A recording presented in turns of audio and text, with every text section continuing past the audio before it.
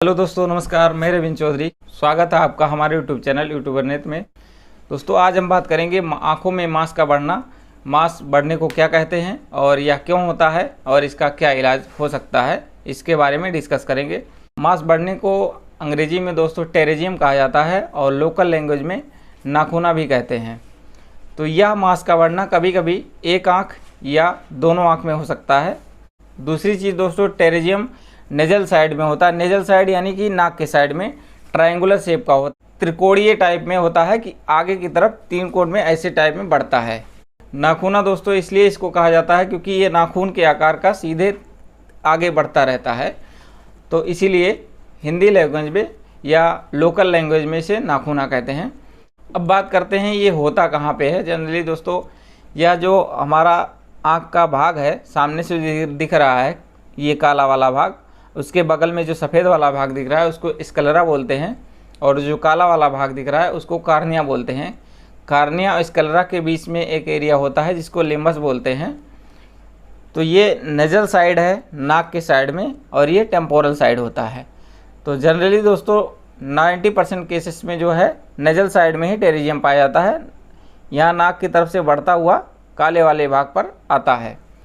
कभी कभी यह एक आँख में भी हो जाता है और कुछ केसेस में दोनों आँख में पाया जाता है। एक में कम रहेगा, एक में ज़्यादा भी हो सकता है, या फिर दोनों का दोनों बराबर हो सकता है। तो अब बात करते हैं कि मांस बढ़ने के क्या कारण होते हैं।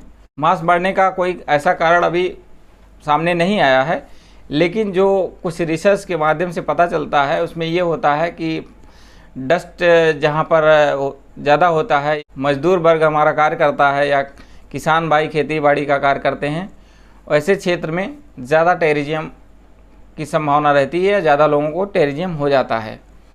अब बात करते हैं इसके लक्षण के बारे में कि इसमें क्या लक्षण होते हैं। तो जनरली दोस्तों शुरुआत में कोई लक्षण नज़र नहीं आते हैं। कभी कभी क्या होता है, आंखें एकाएक लाल हो जाती हैं, ईचिंग सा होने लगता है, खुजली, आँख में आंसू आने लगता है, और कभी कभी भारीपन भी लगता है। लेकिन यह मांस धीरे धीरे करके ज़्यादा होने लगता है और धीरे धीरे जो है कार्निया पे आ जाता है, या कार्निया लिम्बल एरिया को क्रॉस करके कार्निया पे चढ़ने लगता है, तो समस्या ज़्यादा होने लगती है। तो समस्या क्या होगी, जब कार्निया पे चढ़ता हुआ आगे आ जाएगा तो जो पीपल के सेंटर में आता है तो रोशनी भी ब्लर होने लगती है या धुंधलापन भी दिखाई दे सकता है। लेकिन कभी कभी लापरवाही कुछ लोग कर देते हैं तो वह पूरे पीपल को घेर लेता है और रोशनी भी पूरी तरह से जाने का खतरा होता है। तो ऐसे में आप लोगों को सचेत रहना चाहिए और पीपल पे आने से पहले ही उसका इलाज करा लेना। जो इसके मुख्य सिम्टम्स पाए जाते हैं, जब यह मांस पूरी तरह से सामने से ही नज़र आने लगता है और कॉस्मेटिकली भी बुरा लगने लगता है। सामने से जब मांस बढ़ा हुआ दिखेगा, आँख लाल लाल थोड़ा बहुत दिखेगा, रेशा टाइप में मसल्स के ऊपर से रहेगा, ब्लड वेसल्स उस पर रहेंगी तो आँख लाल रहेगा। जो मुख्य सिम्टम्स इसमें आते हैं कि हवा लगता है या धूल मिट्टी कण में जाते हैं तो आँख लाल हो जाती है।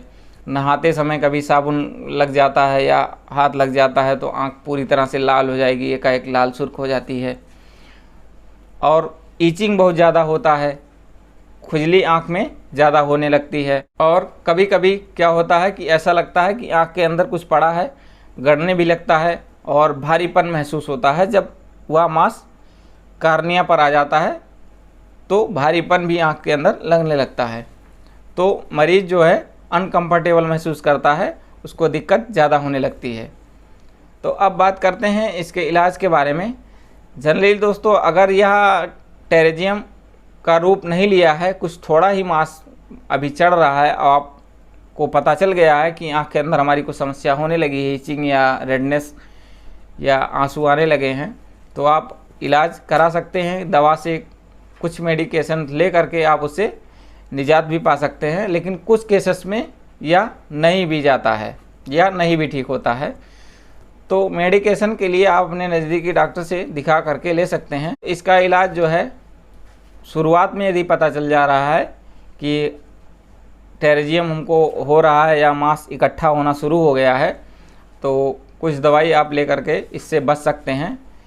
दवाइयों में कुछ एंटीबायोटिक्स और उसके साथ कुछ माइल्ड स्टेरॉइड के आई ड्रॉप्स आते हैं, उसको आप यूज़ करके इससे निजात पा सकते हैं। और कुछ लिब्रिकेटिंग्स भी यूज़ करने के लिए दिए जाते हैं ताकि मॉइस्चराइजेशन भी मेंटेन रहे और जो समस्याएं हैं गड़न, ईचिंग और लाली वह ठीक रहे या आराम हो जाए। तो है एलोपैथी में इसका कोई अस्थाई इलाज नहीं है दवा से, इसको सर्जरी के माध्यम से ही ठीक किया जा सकता है। यदि आपका कार्निया पर चढ़ गया है मांस और विज़न को भी इफ़ेक्ट कर रहा है या रोशनी कम हो रही है उस मांस की वजह से, तो आपको सर्जरी कराना चाहिए।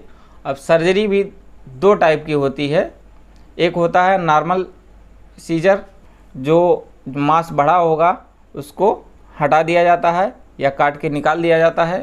तो ऐसे में जो नॉर्मल सर्जरी करते हैं वह थोड़ा सस्ता होता है और इसमें दोबारा रिग्रेशन के होने के चांस रहते हैं, यह दोबारा भी बढ़ सकता है। कभी कभी ऑपरेशन के बाद में भी कुछ केस में दोबारा टेरिजियम हो जाता है या बढ़ जाता है। लेकिन एक दूसरे टाइप का सर्जरी किया जाता है, दोबारा बढ़ने के चांस बहुत कम होते हैं, उसे ग्राफ्टिंग बोलते हैं। उसमें क्या किया जाता है कि मांस को जो है हटा दिया जाता है पूरी तरीके से, जहाँ से उसका रूट है और जहाँ पे उसका ख़त्म हुआ है, एंड हुआ है, वहाँ से उसको हटा दिया जाएगा। आँख की दूसरी जगह का जो कंजक्टिवा होता है उसकी जगह पे इसे लगा दिया जाता है ताकि उस पर रिग्रेशन होना संभव ना हो पाए। तो ऐसे में जो है ग्राफ्टिंग जब कर दिया जाता है तो ऐसे में दोबारा बढ़ने के चांस इसमें 0% होते हैं। यह थी टेरिजियम के बारे में जानकारी। वीडियो पसंद आई हो तो वीडियो को लाइक कर दीजिए और चैनल पर नए हैं तो रेड वाला बटन दबाकर सब्सक्राइब कर लीजिए। बगल में एक बेल आइकन आएगा उसको भी प्रेस कर लीजिए ताकि कोई भी आँख से संबंधित वीडियो मैं आपके सामने रखूँ तो उसका नोटिफिकेशन आपको तुरंत मिल जाए। धन्यवाद, नमस्कार, जय हिंद।